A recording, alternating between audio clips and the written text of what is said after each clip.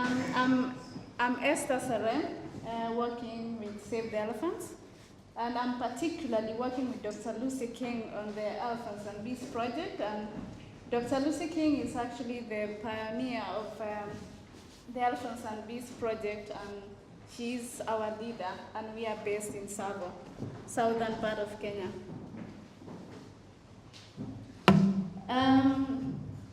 So as Save the Elephants, we actually work with Kenya WildAid Service to deal with elephants. And as Save the Elephants, the mission is to secure a future for elephants and sustain the beauty and ecological integrity of the places they live, to promote man's delight in their intelligence and the diversity of their world, and to develop a tolerant relationship between the two species. And so as Save the Elephants, we've collared many elephants around those so-called areas in Kenya. And what we do is actually, we do have 2 sites as Save the Elephants. I've not yet talked about Elephants and Bees project. So as Save the Elephants, we have one site in Samburu, and we have another site in Savo, which is the Human-Elephant Conflict Group.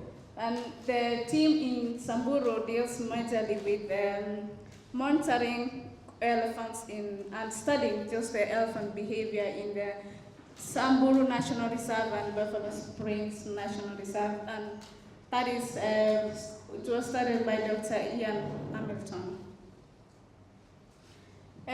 Human-elephant conflict has actually increased in the past few years, and as the elephants, they are huge creatures, and it's so difficult to keep them inside the parks. And as someone said before, 75% of their habitats are outside the protected areas. And in these areas, they come into contact with the humans when they are looking for food and when they are looking for water. And as you can see in this photo, the elephants are actually going into farms, getting some food, and the elephants are also going into houses, breaking into the stores, and even destroying water tanks to get water. And this is actually a big challenge in the world, and majorly in Kenya, because the human-elephant conflict is causing like a big threat to these humans. And we've seen some few people dying because of these things. As the elephants go into like the community lands, you see the destructions that they do cause. And at the end, you see the elephants are killed, and some of them, like you see the arrows in their ears, like they are speared, and the result is that they are dying and we are losing them. So many mitigation programs, measures have been used to stop, to reduce, not actually to stop, to reduce the human-elephant conflict. And as you can see, these electric fence, and then those guys who have already presented know what this is about, and they've talked about it. And this is actually used by like those organizations which are well off, and the government who gets like more funds, but the individual farmers, they find it difficult to get such electric fence and whatever. So when you look at how elephants are, they are very intelligent. They try to break through the electric fence, and you can even see how they are in large group, and they actually habituate to some of our methods that we use. And you can see, I don't know if this video is going to play in this computer, but it's actually a video. I'm sorry, it doesn't.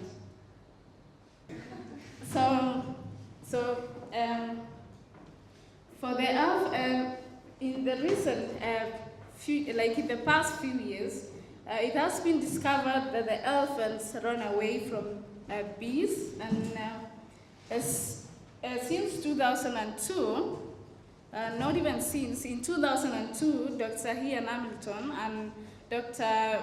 Folrath did a research in Pala Research Center, and they found out that the elephants are actually trying to avoid the trees with their bees. And so, with that idea, Dr. Lucy King tried to test the idea in the community land. And what she did is interviewed the farmers first and find out, get the anecdotal information about the elephants and the bees. So when she interviewed them, she got the feedback that the elephants actually don't get close to those trees, that they have beehives. And so what she did is went ahead to record the sound of the bees and then played it back to the known families in Samburu National Reserve. And so with those elephants, what she did is put the microphone and the speaker, put the speaker close to the families by just in a hidden bush, and then play the sound in the car so that she could observe how the elephants reacted. And what she found out, I'm sorry, that's another video. What she actually found out is the elephants ran for far away from the point they were, as compared to the white noise. That's just a normal noise played, because she did play the normal noises and the bee sound. And then what she found out is the elephants actually ran or went farther away from the point they were as compared to the other.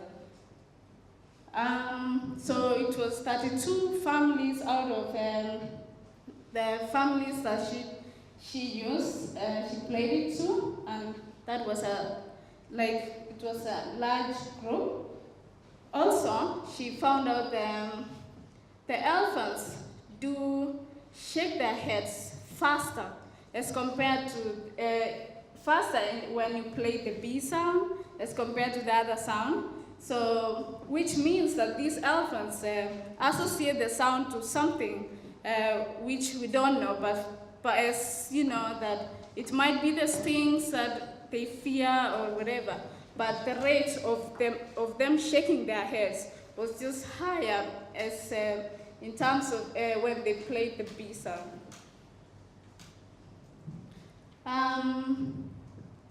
Also, she recorded how these elephants communicated, and she also noticed that the call rate, because these families have to communicate to each other, she noticed that the call rate, the rumbling was more of faster when she played the bee sound as compared to the other noise. So these are the two papers that she published from that, and that's where you can get all the information about her research. So when she found out that actually the elephants ran away from the bees, she actually tried to implement it in the community land, because she thought of how she can help the communities prevent this human-elephant conflict. So what she did is just set a beehive fence, and after every 10 meters, she used a hive. And this type of a hive is called the Kenyan topbar. But what we've done now is to move to the modern types of hives, which is the Langstroth hive. And some of the farmers do use the log hive. Yeah, some of the farmers do use the log hives, which is just drilling some holes in the this poles in the trees and then just hanging them out. Okay, so we are now going to focus in our research site, which is at the Tsavo National Park, just outside the Tsavo, and we are working with the community of Sagala.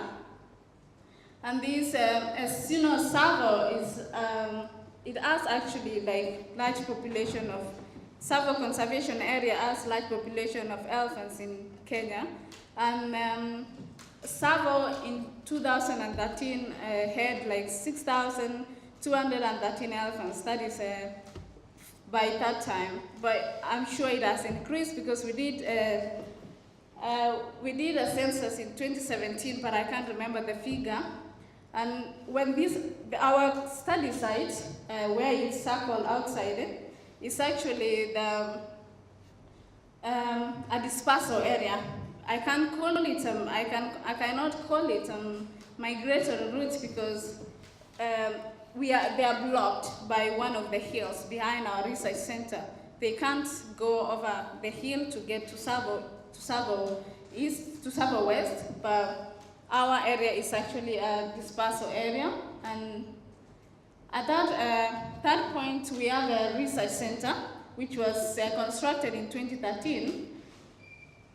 And in our research center, we have a community hall where the community have all their meetings. But before the community hall was constructed, the farmers used to have their own meetings under a baobab tree. But they are now lucky to have that hall. Every meeting is held there. We do have students coming to help us with various projects, and basically with the beehive fences project, with the maintenance of the fences and also the tracking of elephants. And you can see we also do the student program. We give a conservation training with the school close to us. So this is our site, the map of our project. We do actually work with the farmers who are the front line close to the Tsavo East. So as the elephants from Tsavo East come looking for water and the crops and everything they just get into the first farms that are at the edge, at the front line, and the ones with the red, just the red outline are the beehive fence farmers, and we work with those farmers who are permanent in the area.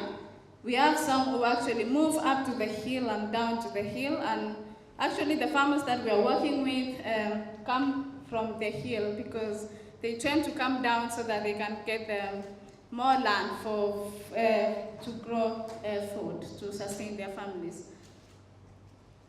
These are some of the elephants that we've had in the past few years coming, and we've used the camera traps to monitor them.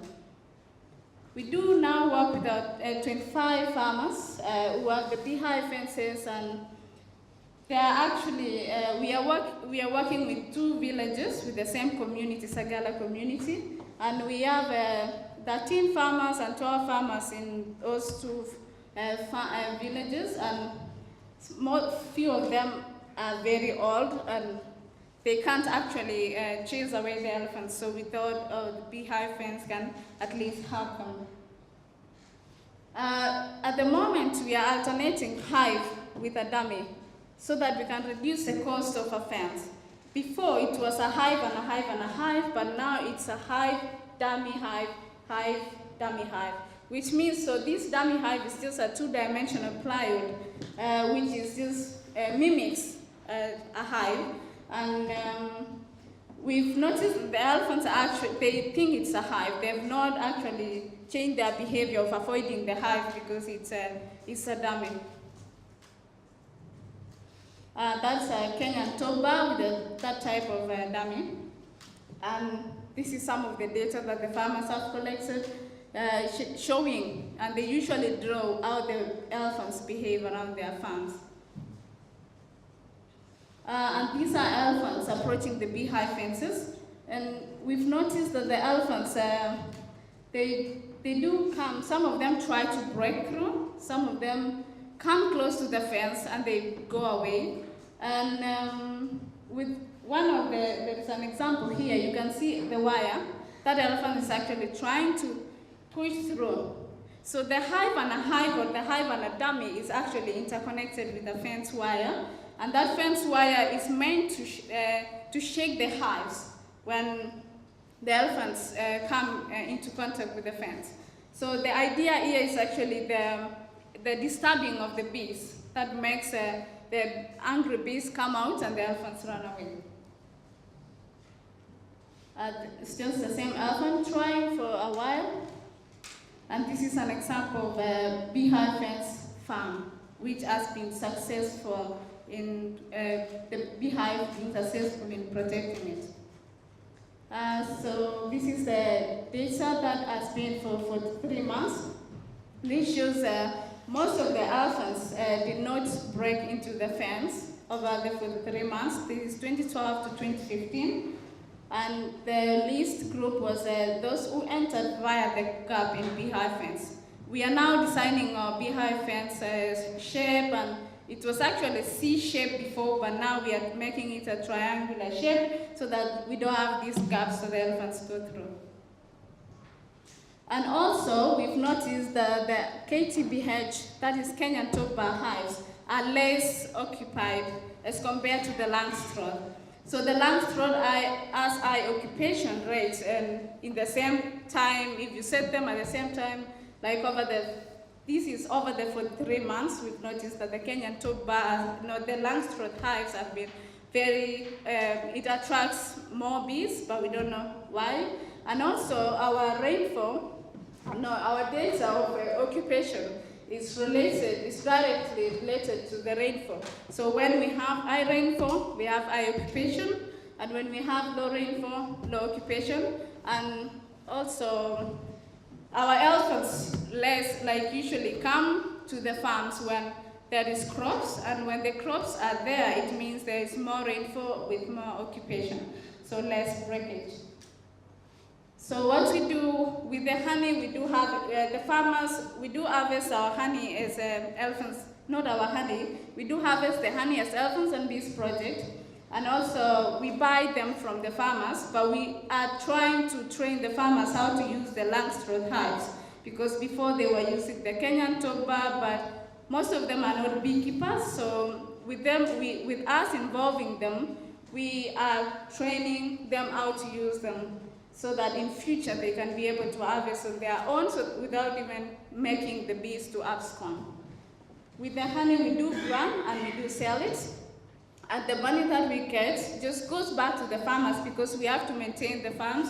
We have a problem of honey badgers, so we have also to make hive repairs and also replace the wires when they rust. And yeah, so such kind of maintenance when this money goes back to them. And we do make some lip balm and candles that we do sell. Also, we have a non-palatable project. These sunflowers, the farmers tend to grow them. And we've noticed that the elephants don't like them so much.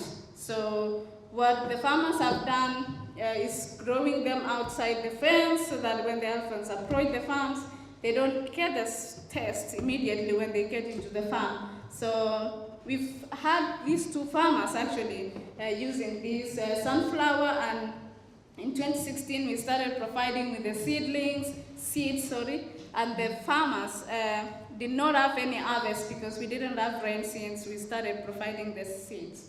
So we hope, because when I came it was raining, so we will provide them and see how important it will be and if they have enough market for that. Also the sunflowers provide good forage for the honeybees. So not only is the beehive fences used in Kenya, but the knowledge has spread all over Africa and also in Asia, and you can see the countries that have actually used the idea. Yeah, these are the papers, publications from Lucy Kings and all the beehive fences project. Thank you.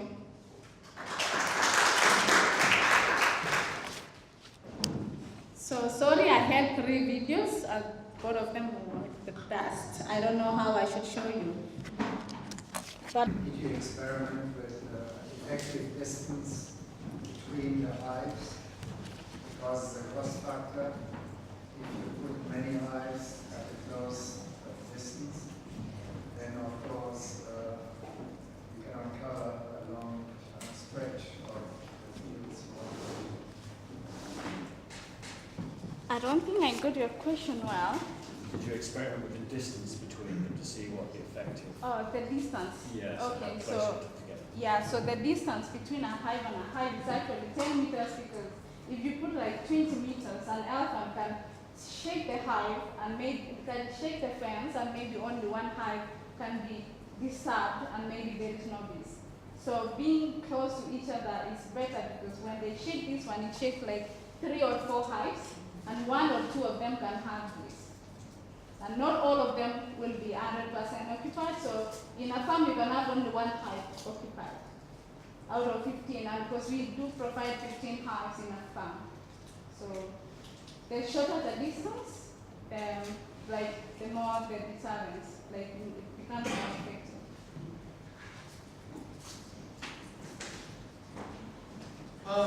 I was wondering, I don't know if you mentioned it, but the average size of the farm that you put these fences up, and then the economic viability, and how much that costs, and how people are encouraged to make that initial investment.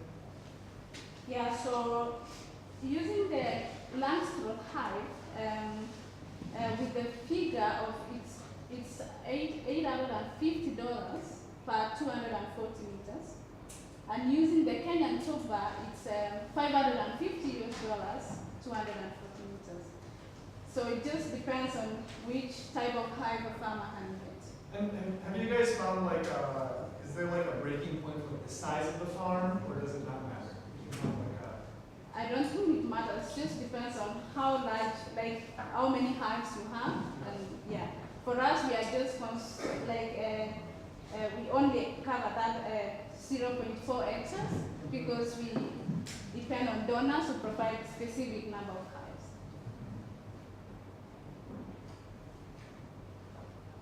And is there any cost sharing between the farmers and your organisation, or you pay all of it? Okay, so we are in a community which actually the property is taken.